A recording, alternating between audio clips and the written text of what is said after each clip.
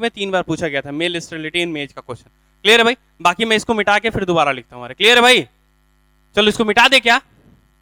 अरे बोलो। चलो मैं इसको मिटा देता हूँ।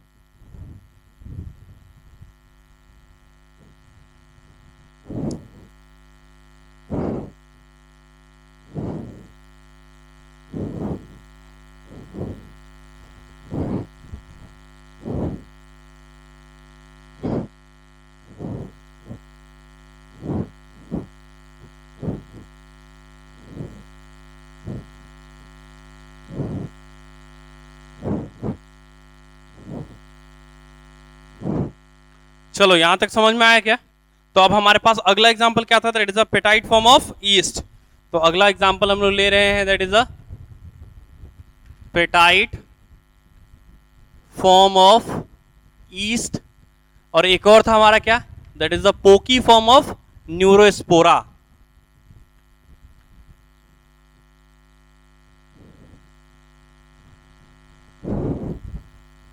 Neurospora, poke form of Neurospora. याद रहेगा? चलो इन दोनों को मार्क करके लिख देना, इन दोनों को मार्क करके लिख देना।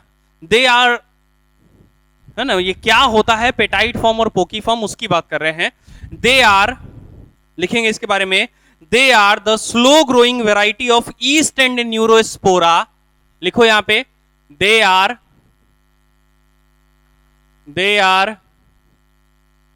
Slow growing variety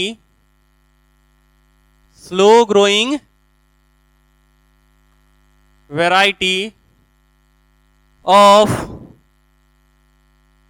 east and Neurospora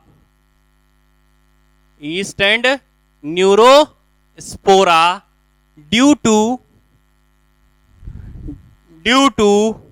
mutation in mitochondrial gene. याद करो, इसका जीन माइटोकॉन्ड्रिया में प्रेजेंट था। Due to mutation in mitochondrial gene, due to mutation in mitochondrial gene, due to mutation in mitochondrial gene, due to mutation in mitochondrial gene. याद रहेगा यहां तक? तो ये हमारा खत्म हो गया क्या? That is a organellar inheritance. ये हमारा क्या खत्म हो गया भैया? Organellar inheritance. अरे याद रहेगी यहां तक बात? अरे याद रहेगी यहां तक बात? अगला है हमारा प्री डिटर्मिनेशन। हम लोग पहला पढ़ लिए साइटोप्लाज्मिक इनहेरिटेंस में, जो हमारा सबसे पहला है क्या? That is a organellar inheritance. वो हमारा खत्म हो चुका है। क्लियर है भाई? अरे यहां तक लिख लिया क्या? अरे लिखा क्या? अरे बोलो मियां, यार बोलता नहीं है यार तुम लोग, ऐसे काम नहीं चलेगा भाई, बोलना पड़ेगा भैया। बोलते रहेगा मेरा भी मन लगते रहेगा, है कि नहीं? चलो बोलो भाई। तो हम लोग क्या बोल रहे हैं? Petite form of yeast and the poky form of neurospora are the slow growing variety of yeast and the neurospora due to mutation in mitochondrial gene. अरे याद रहेगा? चलो यहां तक हो गया। अब इसके आगे हम लोग बात करते हैं, इसको मिटा रहे हैं और फिर हम लोग अब बात करेंगे किसके बारे में? That is the pre determination. अरे याद करो, साइटोप्लाज्मिक इनहेरिटेंस हम लोग बोले थे कि 3 तरह में हम लोग पढ़ेंगे। एक हम लोग देखेंगे ऑर्गेनेलर इनहेरिटेंस, फिर हम लोग बोला था कि भैया ऑर्गेनेलर इनहेरिटेंस के बाद में हम लोग किसकी बात करेंगे? याद करो बोला था भाई। फिर बोले थे हम लोग प्री डिटर्मिनेशन, और फिर मैंने बोला था दैट इज द डवर मॉडिफिकेशन। अरे भूल गए ना भाई? अरे सब भूल गए ना यार? चलो आ जाओ तो देखते हैं जरा। ये थोड़ा सा इंटरेस्टिंग है कि प्री डिटर्मिनेशन कैसे होगा। क्लियर है भाई? प्री डिटरमाइंड पहले से, है ना भाई? तो टॉपिक डालेंगे अपन। पहला टॉपिक था हमारा क्या? पहला टॉपिक हमारा क्या था? बोलो भाई। पहला टॉपिक था हमारा ऑर्गेनेलर इनहेरिटेंस। और ये हमारे पास दूसरा टाइप जो है, ये हमारे पास दूसरा टाइप है, और ये हमारे पास है प्री डिटर्मिनेशन। तो लिखेंगे प्री डिटर्मिनेशन, लिखेंगे यहां पे प्री डिटर्मिनेशन, लिखेंगे यहां पे प्री डिटर्मिनेशन। प्री डिटर्मिनेशन हो गया? अरे डाल दिया क्या टॉपिक? अच्छा इसमें हम लोग पहले लिख लेते हैं और उसके बाद हम लोग इसकी बात करेंगे, समझ में आया क्या? अच्छा एक बात समझना जरा, हम लोग सबसे पहले प्री डिटर्मिनेशन की बात करें ना, तो प्री डिटर्मिनेशन में कोई साइटोजीन इन्वॉल्व नहीं होता है ना भाई, ये इंटरेस्टिंग फैक्ट है। मैंने तुमको बोला था कि साइटोप्लाज्मिक इनहेरिटेंस होना है मतलब कि उसका जीन कहां प्रेजेंट होना पड़ेगा, साइटोप्लाज्म के अंदर होना पड़ेगा। अरे ये बात करा था या नहीं करा था भाई? अरे बोलो, अरे किया था ना। चलो तो हम लोग यहां पे क्या बात करें, जो प्री डिटर्मिनेशन है ना, इसका जो जीन है ना, मतलब इसका जीन नहीं बोल रहे हैं हम लोग, सिंपल बोल रहे हैं कि इसमें कोई साइटोजीन नहीं होगा, फिर भी ये कैरेक्टर साइटोप्लाज्मिक है। वापस से बोल रहा हूं भैया, इसमें कोई साइटोजीन नहीं होगा। साइटोजीन का मतलब ना तो वो प्लास्टिड का जीन इन्वॉल्व होगा और ना ही कोई माइटोकॉन्ड्रिया का जीन इन्वॉल्व होगा। और अगर न्यूक्लियर जीन हो जाता तब तो हम इसको साइटोप्लाज्मिक इनहेरिटेंस में पढ़वे नहीं करते ना भाई। तो हम लोग यहां पे सिंपल बात करेंगे कि यहां पे कोई साइटोजीन, ना तो यहां पे कोई साइटोजीन इन्वॉल्व है ये कैरेक्टर बनाने के लिए, और ना ही कोई कैरियोजीन इन्वॉल्व है, बराबर है क्या? ना तो न्यूक्लियस का, ना तो न्यूक्लियर जीन है और ना ही कोई साइटोजीन है। अरे याद रहेगा भाई, तो इसमें अपन लिखेंगे, इसमें हम लोग लिखेंगे in this type of maternal inheritance, लिखो in this type of maternal inheritance, in this type of maternal inheritance, in this type of maternal inheritance no cytogene involves, no cytogene involves, no cytogene involve, and the character is due to, and the character is due to nuclear gene। अच्छा लेकिन यहां पे जो nuclear gene होता है ना वो directly involve नहीं होता है, इसीलिए बोला था कि न्यूक्लियर जीन की वजह से नहीं हो रहा है ना, पर वो इनडायरेक्टली न्यूक्लियर जीन ही इन्वॉल्व होता है। मतलब यहां पे साइटोजीन का कोई रोल नहीं है, समझ में? यहां पे रोल होता है न्यूक्लियर जीन का ही, समझ में आ रहा है? न्यूक्लियर जीन का रोल है पर वो डायरेक्टली इन्वॉल्व इसमें नहीं है। मतलब वो जो कैरेक्टर आता है ना वो अगर न्यूक्लियर जीन से होता तो हम डायरेक्टली इसको फिर हम यहां पे साइटोप्लाज्म के पढ़वे नहीं करते ना। तो न्यूक्लियर जीन बना रहा है, समझ में आ रहा है, लेकिन वो ट्रांसफर सिर्फ किसकी वजह से होगा? साइटोप्लाज्म की वजह से, समझ में आ रहा है? मतलब वो साइटोप्लाज्मिक कैरेक्टर बनाएगा, वो अपन अभी बात करेंगे, है ना भाई? तो हम लोग बोलेंगे this type of material, this type of maternal inheritance, maternal inheritance have no cytogene involves, in this type of maternal inheritance no cytogene involves, and the character is, and the character is due to nuclear gene, है ना? ये interesting fact है भाई, इसको ध्यान रखना थोड़ा सा। न्यूक्लियर जीन की वजह से होता है पर डायरेक्टली इन्वॉल्व नहीं होता है, अंडरलाइन करना भैया, ड्यू टू न्यूक्लियर जीन, है ना भाई? अब लिखना this nuclear gene, this nuclear gene shows delayed expression, ये डिलेड एक्सप्रेशन मतलब ये लेट काम करता है, मतलब इतना लेट काम करता है कि जैसे कि देखो हम बताते हैं तुमको, जैसे है ना, जैसे कि ये हमारा सेल है, बराबर, जैसे हमारा नहीं, अभी यहाँ पे फीमेल का कंसीडर करो, बराबर है क्या? यहाँ पे हम लोग किसका कंसीडर कर रहे हैं? फीमेल का जीन कंसीडर कर, मतलब फीमेल का सेल कंसीडर कर रहे हैं, बराबर है क्या? अभी देखो ये हमारे पास न्यूक्लियस है, बराबर, और इसके अंदर हमारे पास क्या है? डीएनए। क्लियर है भाई? अभी देखना, अभी ये क्या करता है ना, मान लो ये वाला जो जीन है वो हमारा प्री डिटर्मिनेशन, मतलब अभी जो पढ़ रहे हो उसके लिए है, मान लो कंसीडर कर रहे हैं, तो ये वाला जीन क्या करेगा ना, डिलेड एक्सप्रेशन शो करेगा, मतलब इतना डिले कि भैया ये कैरेक्टर इसके में ना आके इसके बच्चे में जाएगा। समझना कैसे? अभी देखना, जैसे ये जीन कब तक काम करेगा तो एक्सप्रेशन अपीयर हो जाएगा। जैसे मान लो कि स्किन कलर बनाना है, तो स्किन कलर भैया बचपन से काम करना होगा ना। अब ऐसा तो है ही नहीं कि भैया 20 साल के जवान हो जाएगा उसके बाद स्किन कलर प्रॉपर आएगा, उसके पहले स्किन कलर कुछ होबे नहीं करेगा। ऐसा कुछ होता है क्या? नहीं, ऐसा कुछ भी नहीं होता है। तो हम लोग बोले कि भैया देखो, याद करो, मैंने तुमको बताया डीएनए से पहले एमआरएनए बनता है और फिर एमआरएनए से क्या बनता है? प्रोटीन। बताया था कि नहीं बताया था? अरे बताया था कि नहीं बताया था? तो हम लोग यहाँ पे क्या करते हैं, जैसे कि देखो अब ये जो है ना, ये वाला जीन काफी लेट काम करता है, लगभग 20-25, मतलब अगर ह्यूमन की बात करें तो, वैसे तो हम लोग यहाँ पे प्लांट की बात करेंगे, अरे क्लियर है, या फिर स्नेल वगैरह की बात करेंगे। अभी हम लोग ऐसी ह्यूमन का एग्जाम्पल ले रहे हैं, कंसिडर कर रहे हैं, बराबर। ऐसा नहीं करिए ह्यूमन में हो रहा है ना, ऐसा नहीं कर लेना भैया, ह्यूमन में हो नहीं रहा है, बस हम लोग एग्जाम्पल ले रहे हैं ताकि समझ में आ जाए। तो जैसे मान लो ये हमारा इससे एमआरएनए बना है ना भाई, अब ये एमआरएनए साइटोप्लाज्म में आएगा और यही एमआरएनए क्या करेगा, राइबोसोम के साथ जुड़ेगा और फिर हमारा प्रोटीन बनाएगा और प्रोटीन हमारा कैरेक्टर बनाएगा। अरे सही है ना। लेकिन भैया ये काफी डिलेड एक्सप्रेशन है, मतलब काफी डिलेड ये अपना एमआरएनए तैयार किया है, तो क्या ये कोई कैरेक्टर बना पाएगा फीमेल के अंदर? तो नहीं बना पाता है। तो इससे क्या होता है ना कि हमारा जो ये एमआरएनए साइटोप्लाज्म में आया है, ये चला जाता है डायरेक्टली फीमेल गैमीट के साइटोप्लाज्म में। कहां चला गया? It transfer to the female gamete cytoplasm of female gametes.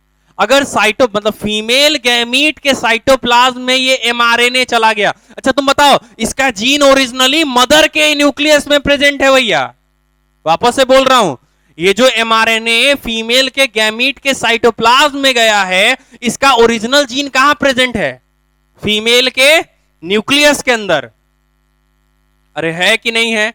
और भैया ये जो जीन काम करना था तो फीमेल के अंदर कैरेक्टर बनाना था, लेकिन ये चला गया उसके गैमीट में। तो अब जो कैरेक्टर इस फीमेल के अंदर बनाना था, अब वो कैरेक्टर उसके बच्चे में बनाएगा ना।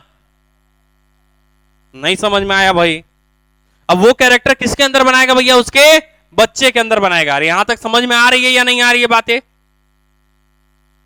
है ना। तो यहां पे लिखेंगे this nuclear gene shows delayed expression in such a manner in such a manner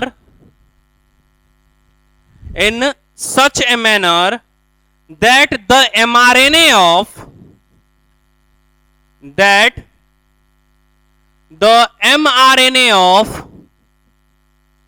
that the mRNA of gene of female parent, mRNA of gene of female parent, gene of female parent transfer to the zygote of transfer to the zygote of transfer to the zygote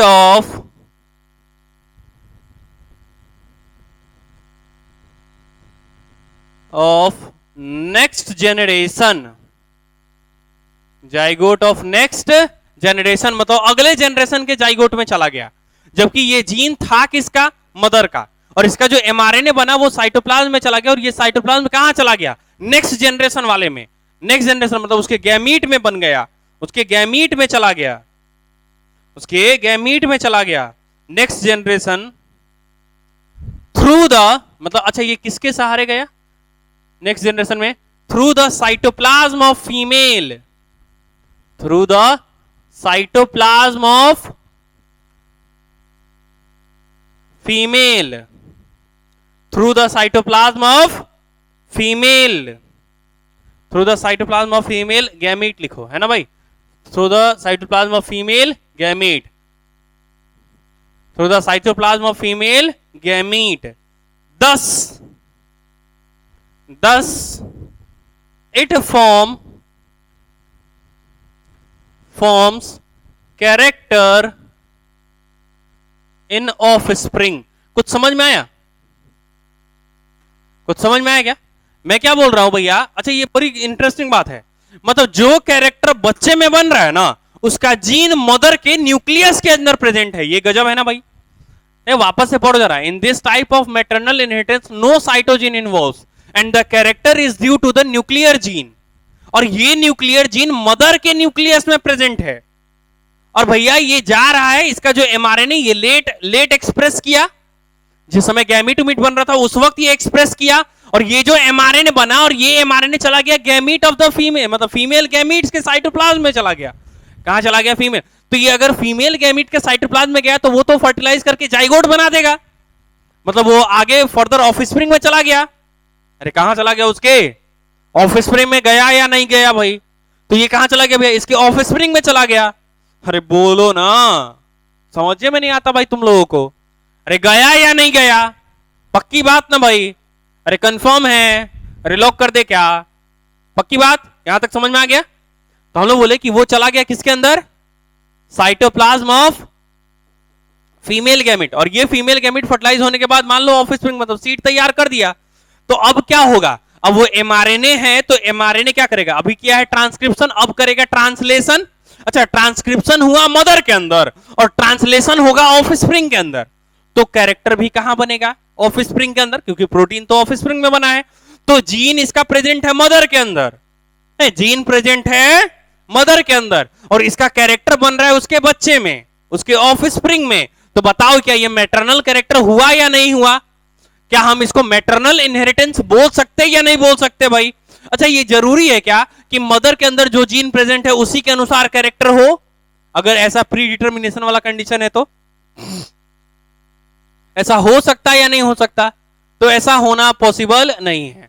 clear है भाई, ऐसा होना possible नहीं है। ये भी हो सकता है कि भैया जो हमारा यहाँ पे मदर है, जैसे राइट हैंडेड और लेफ्ट हैंडेड को ले लो, जैसे मान लो ये राइट हैंडेड वाला जीन है, कंसीडर करते हैं, तो राइट हैंडेड वाला जीन के तो लेट काम किया ना भाई, और मान लो कि इसकी मदर जो थी इसके में लेफ्ट हैंडेड जीन था, तो उनके में काम किया लेफ्ट हैंडेड जीन, और डिलेड एक्सप्रेशन की वजह से इसमें आया तो ये लेफ्ट हैंडेड हो गया, जबकि इसके अंदर क्या है, राइट हैंडेड जीन है। अब ये फिर आगे अगले जनरेशन मतलब इसका जो बच्चा होगा वो कैसा हो जाएगा, राइट हैंडेड पर्सन होगा कि नहीं होगा, है ना। ये बस एग्जांपल है, ऐसा बिल्कुल नहीं है कि इस पे अप्लाई मार देना, है ना, बस समझाने के लिए बोला हूं कि भैया ये जरूर, जबकि फीमेल कैसी है, लेफ्ट हैंडेड, बच्चा कितना हुआ, सारा का सारा बच्चा कैसा हुआ, राइट हैंडेड। मतलब यहाँ पे क्या मैटरनल कैरेक्टर, क्या एग्जैक्ट मैटरनल कैरेक्टर तो क्या नहीं भैया, ये लेफ्ट हैंडेड है, ये राइट हैंडेड है, तो मैटरनल कैरेक्टर नहीं गया, पर आया तो मदर से ही है वो कैरेक्टर, वो मदर से ही आएगा, फादर का कोई रोल वहां पे नहीं होगा, क्योंकि एमआरएनए तो भैया मदर का है ना। अरे समझ में आ रहा है कि नहीं आ रहा है अरे यहां तक क्लियर है क्या, क्योंकि एमआरएनए किसका है भैया, मदर का। समझ में आया या नहीं आया, चलो तो यहां तक लिख लिया क्या, it forms character in of spring, लिखा नहीं लिखा भाई। अच्छा, इसको ये जो घस फस कर रहा था मैंने, इसको लिखना नहीं है भैया, है ना।